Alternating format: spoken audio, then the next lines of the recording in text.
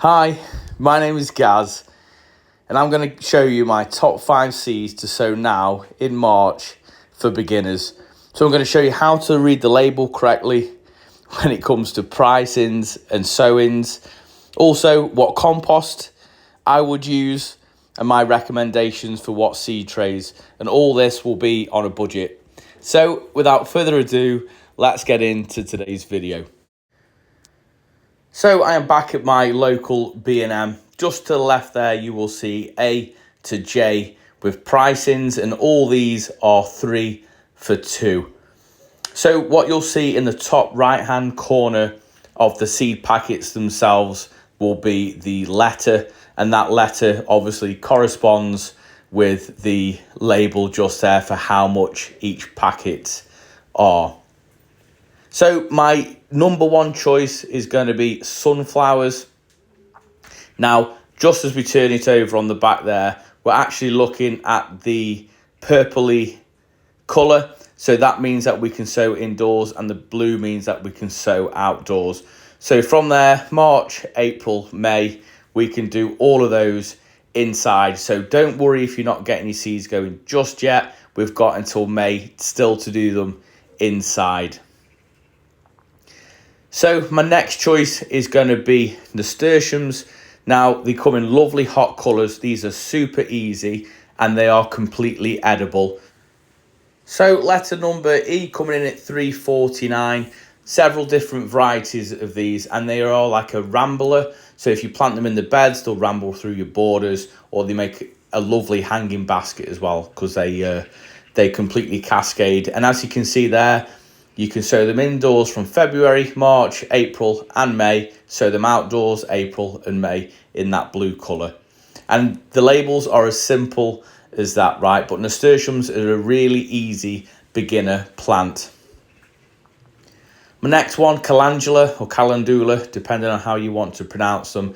These are in the marigold family. The letter being number C, C being $2.99. And then once we flip it over, you can see again there that they're so straight outside from March, April and May. And obviously the yellow gives you all your flowers as well. So you can sow these indoors now, but as it says there, the best results is actually sowing them straight into the ground, and they're super easy. Really easy to collect the seeds off as well. Next one then, cosmos. So I grow a lot of cosmos in my front garden. C. So again there, $2.99, I think that's a bargain. It will say as well how many seeds are in a packet, and you'll find that information on the top right hand corner.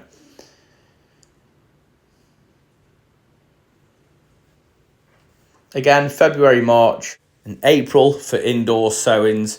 These make a beautiful cut flower. So if you're looking to grow something that you can make a cut of in the summer and bring into the house on the windowsill, then this one is for you.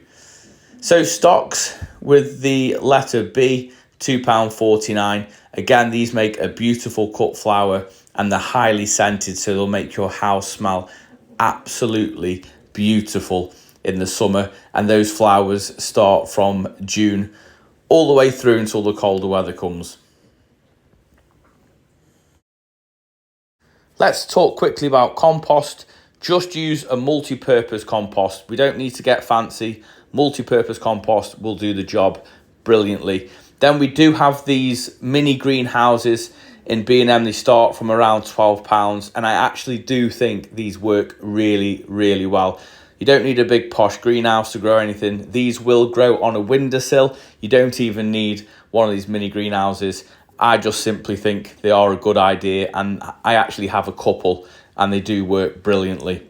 And then media. So this is a great set, 47-piece propagation, what I call propagation station. This includes everything for £4. I think it's even got a pen inside with your labels, your pots, and it's even got a cover to make your own little propagator.